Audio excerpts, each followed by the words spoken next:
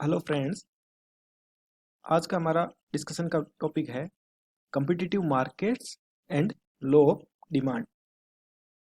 तो competitive market and law of demand के बारे में हम डिस्कशन करेंगे।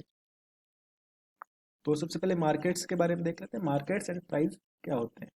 तो मार्केट क्या होता है? A market is any arrangement that enables buyers and sellers to get information and do business with each other. Sellers क्या करते हैं? वो अपने प्रोडक्ट को बेचते हैं और बायर्स अपनी डिमांड के हिसाब से प्रोडक्ट खरीदते हैं।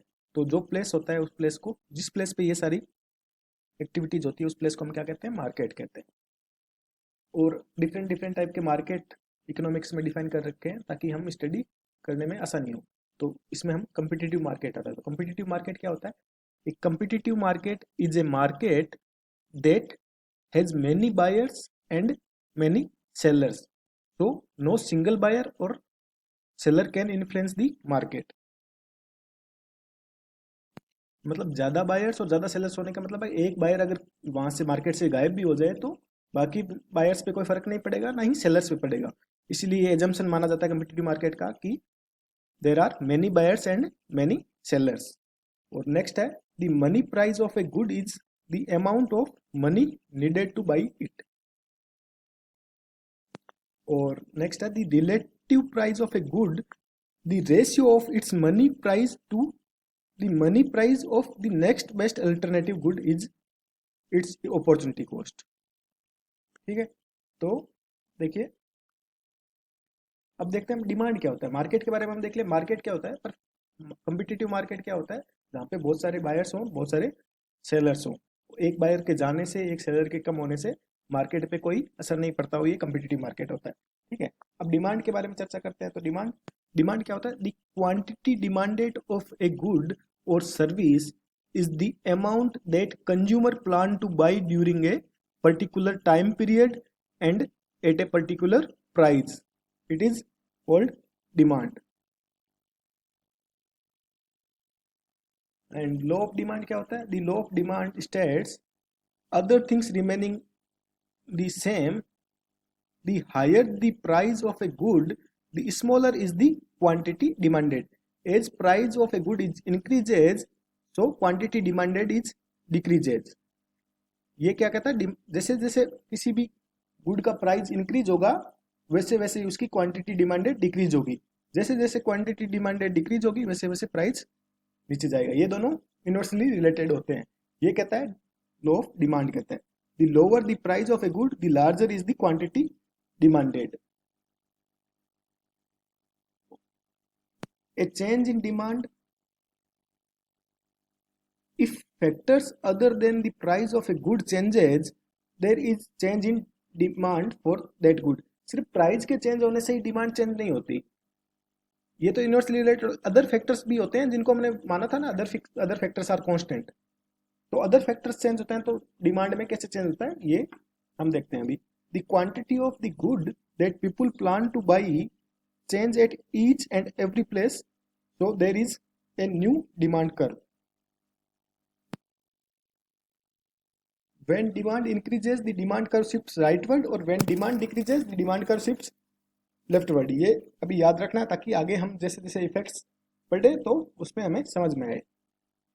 तो डिमांड किस किस चीज पे डिपेंड करती है? ये 6 फैक्टर्स हैं जिन पे डिमांड डिपेंड करती है। The price of related goods, अभी तक हमने लॉ ऑफ डिमांड क्या कहता है कि जैसे उस जो गुड है उसका प्राइस जैसे जैसे इंक्रीज होगा, वैसे वैसे क्वांटिटी डिमांडेड डिक्रीज होगी। ये तो लॉ ऑफ डिमांड कहता है।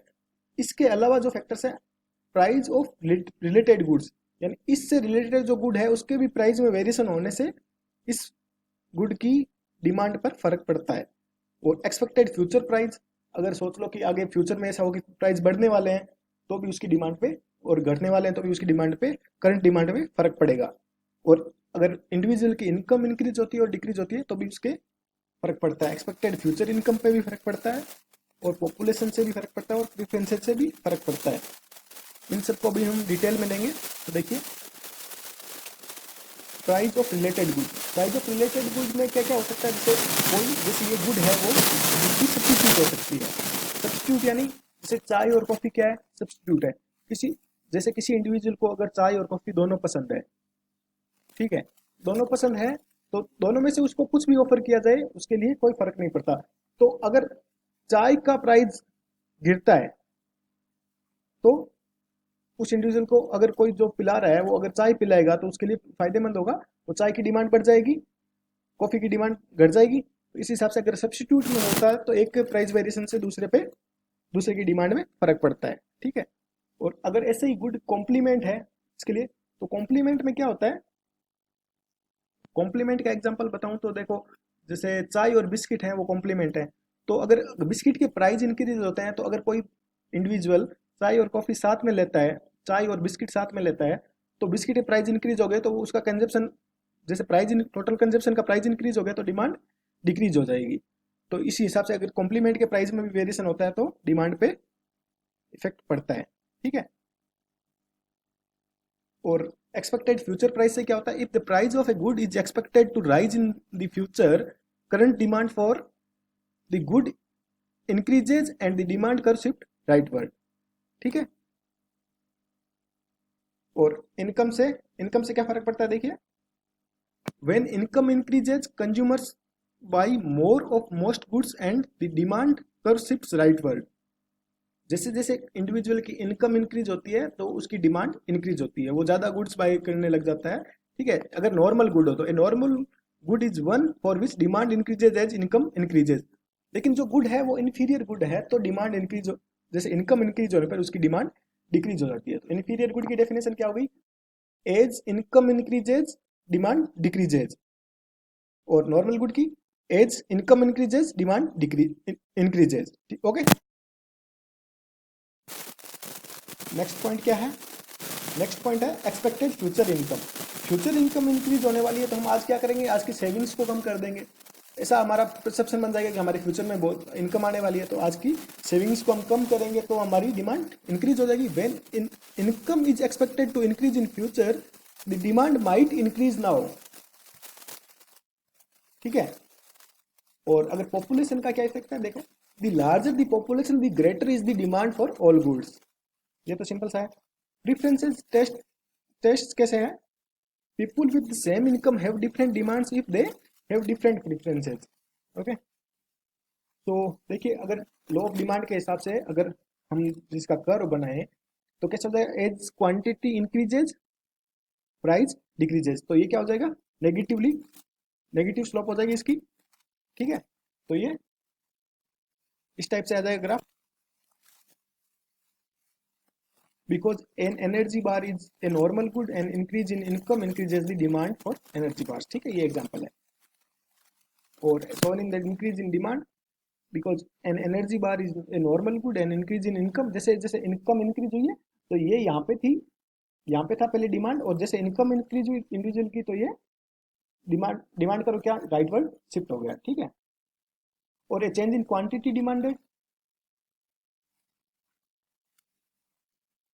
ए movement along the demand curve, जैसे movement along the demand curve में क्या हो सकता है, जैसे उसी सेम इंडिविजुअल के सिर्फ प्राइस में वेरिएशन हो रहा है तो वो movement along the demand curve हो जाएगा। When the price of the good changes and everything else remains the same, the quantity demanded changes and there is a movement along the demand curve. Along demand curve movement कब होगा, जब price में change होगा तो quantity में along the curve variation आएगा।